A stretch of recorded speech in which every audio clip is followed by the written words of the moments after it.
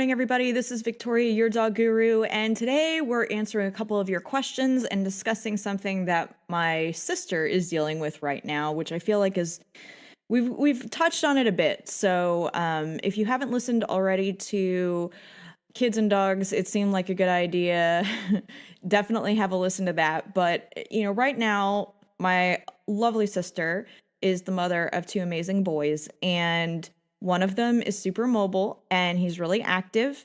And prior to her, giving me a ring last night about this, she hadn't really experienced a lot of problems, but she can kind of see it materializing. When she first brought her first son home, there weren't any problems. But then also, there wasn't really much of a threat, emotionally to the dogs. Their space wasn't really being inflicted on. And now that her son is super mobile and active, the dogs are starting to try and keep their distance. They're growling, now baring teeth, and it's had a consistent escalation.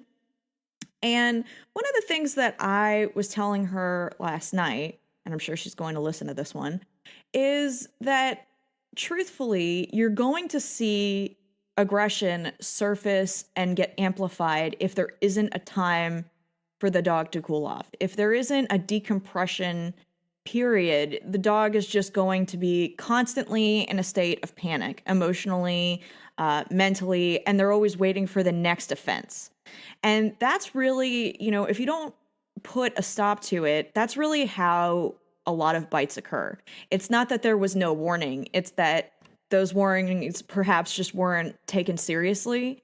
And I think, I was really glad that she called me, because rather than waiting until a bite does occur, which it was inevitable, it was going to happen, not because she has mean dogs, but because they feel threatened and because they haven't had that time to decompress.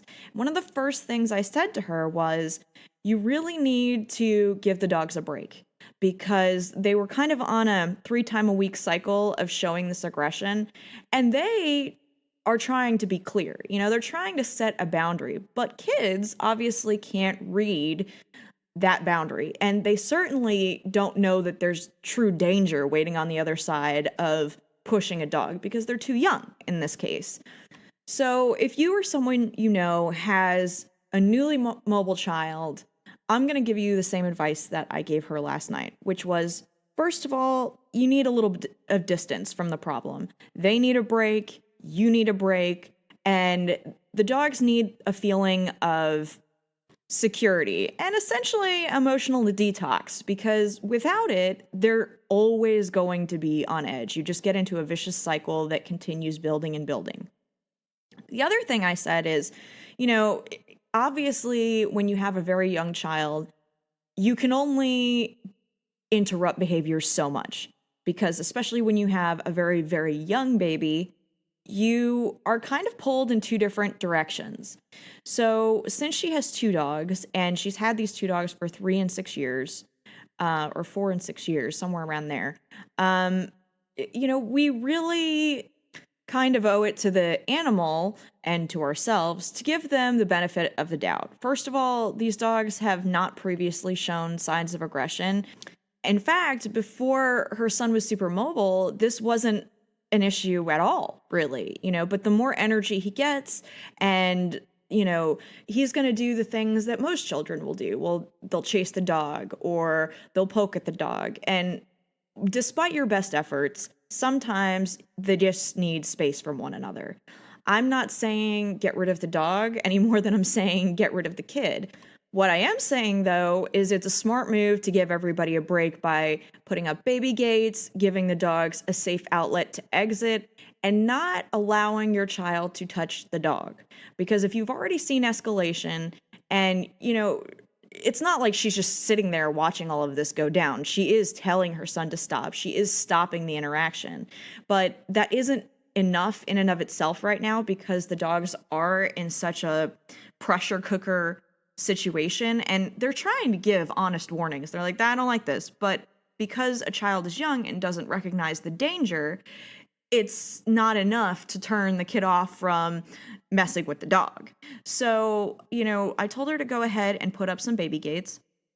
I also told her that it would be a good idea to make sure that she can give the dogs one-on-one attention from her and her husband because that's familiar. And before her children were ever born, that's what was normal for the dogs. One of the things that can make a situation volatile is that children don't behave in a predictable manner. When it comes to us, we do pretty much the same thing, creatures of habit, day in, day out. So a dog has essentially parameters within which they have expectations. And when you go outside the box and you have an environment change, especially when, your child becomes mobile, that's when you're going to see issues arise because you're going to be stuck between a rock and a hard place. It's going to be hard to interrupt those behaviors, and it's going to be hard to head off a bad situation if you don't do some kind of management. One of the suggestions I had for her, on top of making sure that there were physical barriers between the children and the dogs, and a full 2 weeks of relaxation time where they can just be dogs and forget about the kids. I mean, yeah, they're going to hear the kids and see the kids, but they don't have to be fearful that the kids are going to be directly involved with their space. Another thing that I had suggested to her is start having her son toss treats into the dog's area while he's being supervised, not actually getting into the area or sticking fingers through the baby gate, but rather just see the person, toss the treat. And getting the dog's attention by calling its name is not a bad idea. So this way, there's like a safe association. This way, he's not going to be tempted to grab at the dog, and he's not going to be tempted to chase the dog because there's already a physical barrier. And that was my first piece of advice. Now, I will tell you, when you're dealing with a family situation and a dynamic that seems like it's escalating, you need to tread lightly, and you certainly don't want to rush the process. I told her I would give it a full month of doing something like that. And then perhaps every time her kids are making a lot of noise or doing something on the other side of the baby gate that could normally stress the dog out, give him a jackpot full of treats so that he starts associating that drama with something really good. I told her to keep her sessions short.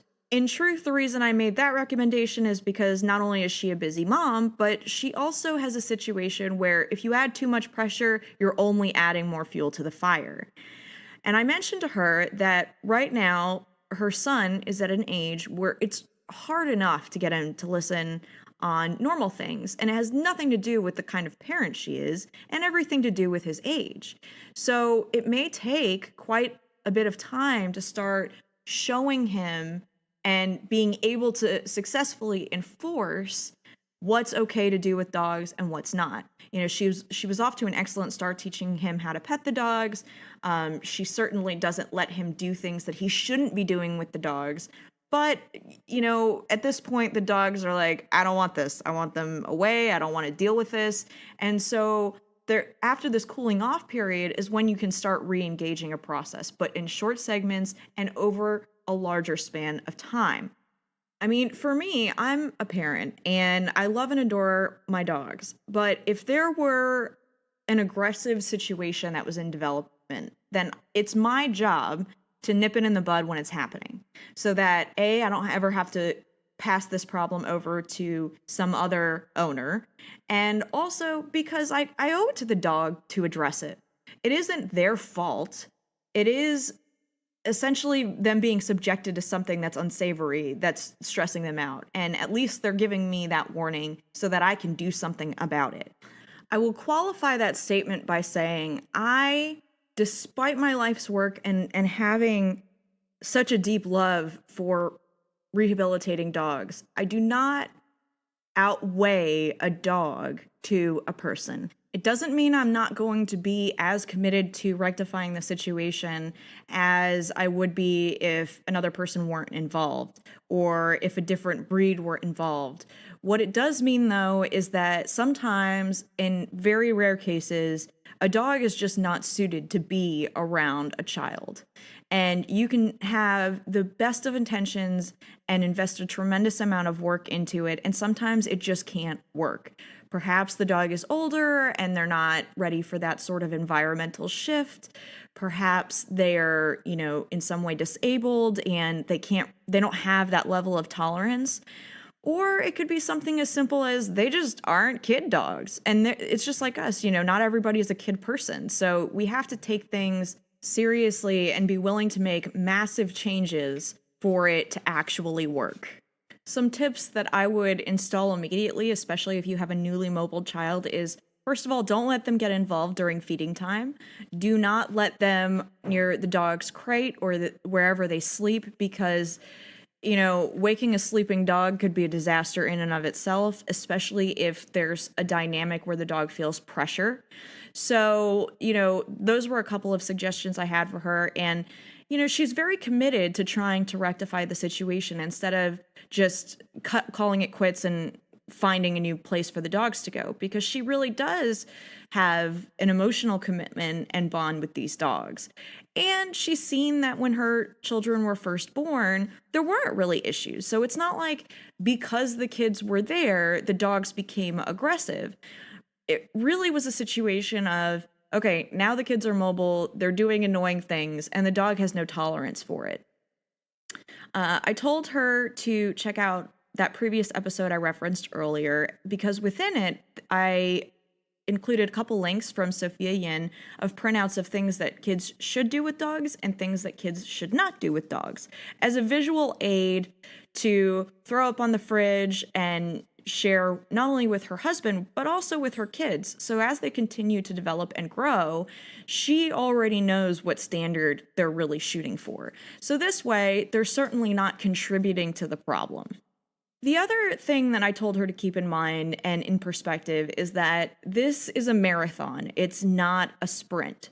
There is nothing you're going to be able to fix once it starts unraveling with the snap of your fingers. I mean, it does take time and it takes a lot of commitment to the process.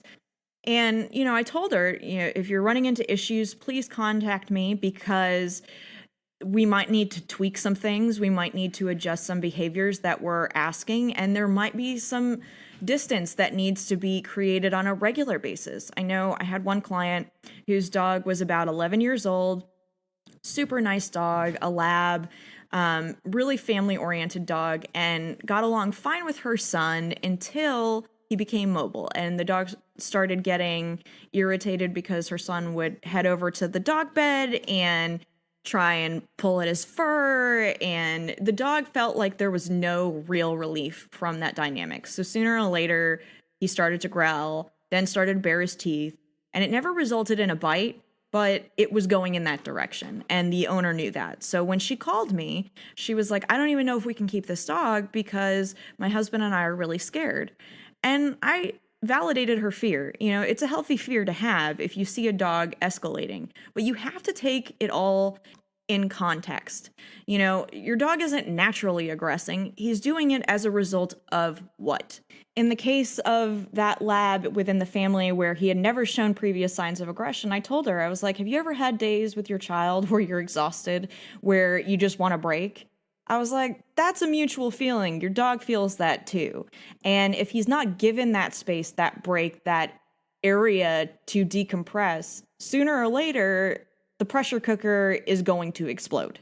For her, I recommended giving the dog about 2 to 3 hours every day where he could just go take a nap in a familiar space that he always liked to rest in, where her son was going to be completely segregated away. And the goal here wasn't to keep distance between her son and the dog. It was to give the dog an opportunity to emotionally recuperate from the daily stress. Just like, you might go and have a cup of tea or a glass of wine. Your dog doesn't have those aids.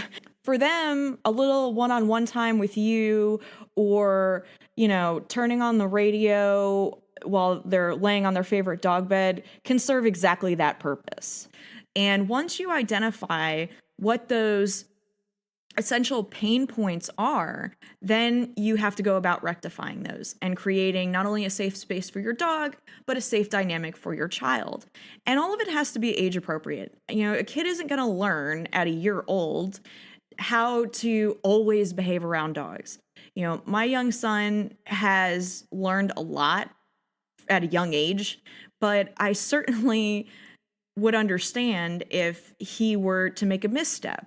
And it's my job as not only advocate for the dog, but mom to take an authoritative role and be like, no, no, no, we don't do this, and show him what we can do. And perhaps have a hands-off policy for a while to give the dog a break. Intervention and management is a twofold process, but truthfully, it's key in having a real solution. You can't just expect the dog to adjust. You have to do something to make that possible. You need to give breaks, options, outlets, and I think most importantly, educating your child on what's okay and what's not okay. And do it in an age-appropriate fashion, like I mentioned. This is not something that they can just fully understand at 18 months. And you can see aggression surface for a lot of different reasons. Sometimes the dog feels like they're being pestered. Some of them feel like they're being teased. Some of them don't want to be chased. Some of them just want their own space and for no one to enter that space because they feel like they have very little left to themselves. So you have to figure out what it is that is setting the dog off. Is it because the kid is in the room in close proximity? Is it when your child is climbing up on the couch? Does it have anything to do with feeding time? I tell clients all the time that you need to make sure that when it comes to feeding time for your dog, that's a private moment for your dog, that's his safe space. Nobody's going to mess with his food. Nobody's going to allow a child to mess with the dog while he's eating, because that would set you off. I mean, if someone just came over and started, pulling at your clothes when you're trying to have breakfast, you'd get irritated. It's a normal reaction. And there are other boundaries that you need to consider, such as, when you are having feeding time with your child and, say it's breakfast, lunch, or dinner, and your dog is wildly close to the high chair. So here's the problem with that.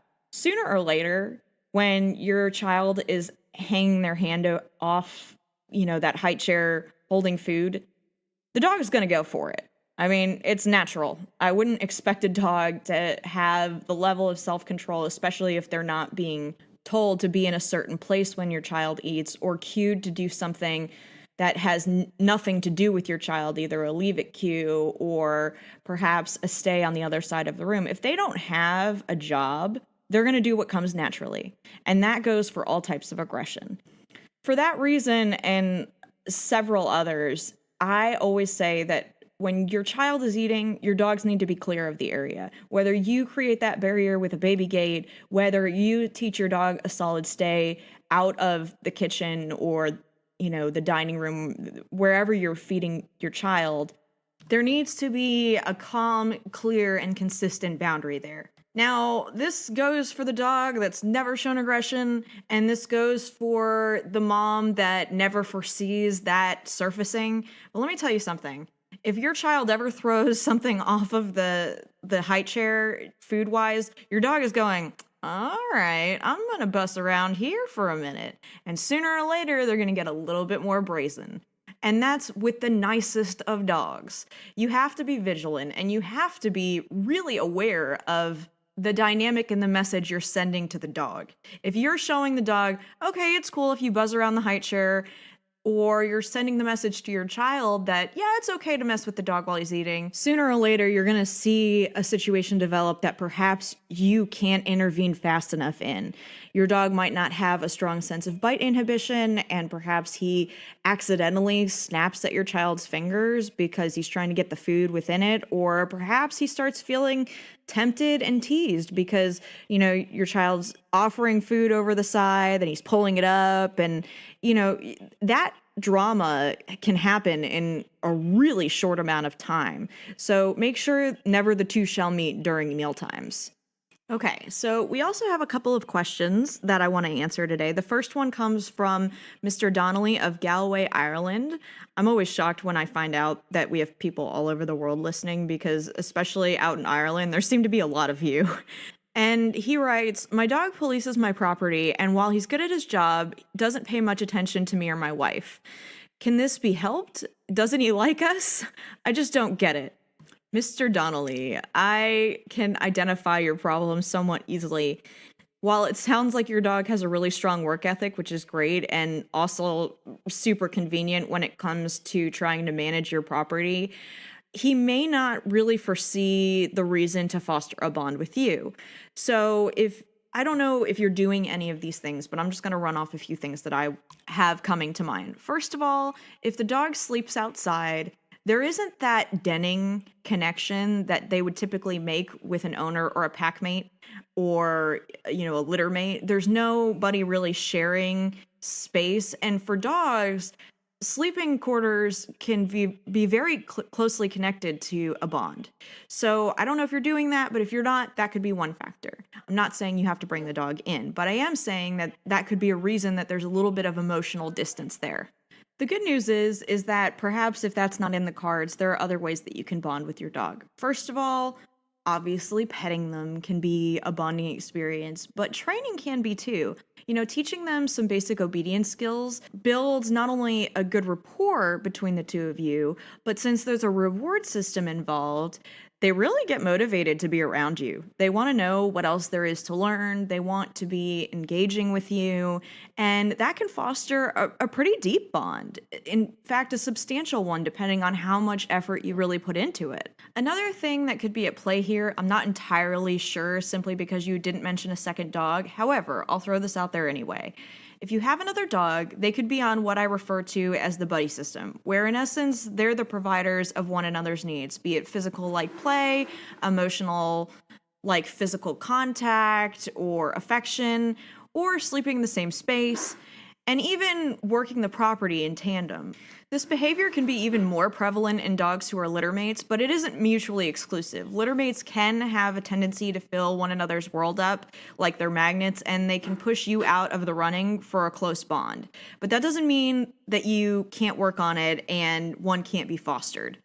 It can perhaps separating them during an obedience session and get that one-on-one time with each dog, taking one or the other for a car ride, having some special family time, whatever the most reasonable process is for you, that's how you can bridge that gap so that there is value to you that perhaps the litter mate or the buddy cannot provide. They can't drive each other on a car ride. So if that's something only dad gives or only the family offers, then that's going to set you apart and bring up your value to the dog. Our last question comes from Jordan Cutley of New York City, New York, and he says, "My dog of 10 years has always been great, but my partner has just moved in, and now my dog is not only avoiding him, but guarding half the house. What should I do? Before my partner moved in, he was fine, but ever since he did, it's like someone replaced my dog with a doppelganger. Please help." Hey Jordan, I'm sorry you're struggling with this, but I do have some immediate suggestions. So first of all, take into account what the interaction between your partner and this dog looks like. If you feel like your partner might be pestering the dog, that's definitely not going to make things all nicey nice. And he's not going to get the warm and fuzzy feelings with your partner around. The other thing that's more likely the problem here is a territory issue. Your dog has gotten really comfortable with you being the only man in his life, and now there's somebody else. So you need to encourage a certain dynamic. It's not going to just magically materialize. If your dog is showing possession over a specific space, I would start essentially herding the dog out of that space. So this way there isn't any ownership there. If you're seeing that he's kind of possessive of a specific spot on the couch, he can't be on the couch until you start seeing improvements in behavior. And then the other thing that I would recommend is start having your partner be the primary caregiver of this dog. Your partner could be the one who distributes the food, who tosses treats in the direction of your dog, who is the first one home and leashes him up and takes him on that first walk when he arrives home. And this is all assuming that your dog and your partner have at least enough going on that he could handle the dog.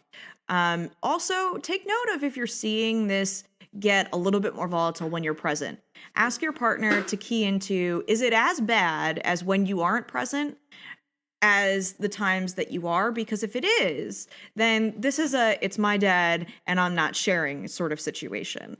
And, the techniques I just listed off will help with that, because right now he doesn't have much emotional investment with your partner. Only you have that. And then another suggestion is to avoid triggers. If you ever notice that your partner is staring at the dog, that can be really abrasive to a dog. It can essentially tell them that there's a challenge coming forward, and your dog already feels like his territory has been threatened. For whatever reason, it was fine when he was a visitor, but it's different now that he feels like his place, his time, his rules. So there could be other elements at play here, which I don't assume there are, honestly, where there wasn't a strong boundary system before your partner moved in. So make sure you have a really solid foundation of basic obedience, a lot of cues that you can go off of, so that not only you can utilize them to create a safe space and a safe dynamic between your partner and the dog, but also so that when your dog is alone with your partner, there's cues that the dog already knows that your partner can utilize, which not only helps with bonding, but it also helps with the dog understanding he is not the law in the house, that there's a bigger entity at play here. It's your home, it's your rules, and while you don't have to be combative when you're sending that message, you do have to be clear. You have to make sure that there is a constant source of feedback, and that the associations that are being made between your partner and the dog are positive ones. If your dog feels like every time your partner comes in, he's being bothered by him or stared at by him, more than likely he's not going to be a huge fan of your partner, especially with the increase in amount of time that can occur because now he's here full time. The fact that your dog had a good relationship with your partner prior to him becoming a permanent fixture in the home tells me that there is hope for this. It's just going to take some time, and just kind of key into what could be adding to the problem.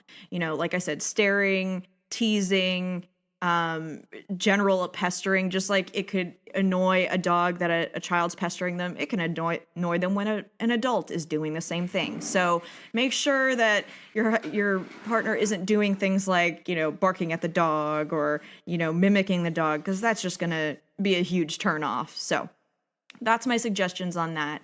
If you guys have any questions, you can write into the show at dogguruhereforyou@gmail.com. Check us out on Facebook, facebook.com/doggurupodcast.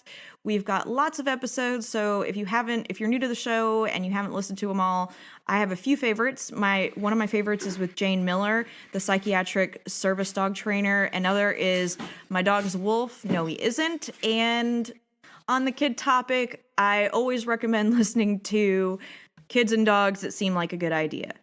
We also had a great episode yesterday with Carrie, and we discussed her two dogs. So if you haven't given that a listen, definitely check that out. She's great, and I think you'll really find a lot of what we all can struggle with as owners. So she's very relatable. Her situations are also relatable. So give that a listen and let us know what you think. And lastly, if you like the show, please rate us on iTunes. The higher the ratings, the more exposure we get and the more owners that we can help. So anyway, thank you everybody who's done that already. That's it for me today, everybody. This has been Victoria, your dog guru. Namaste.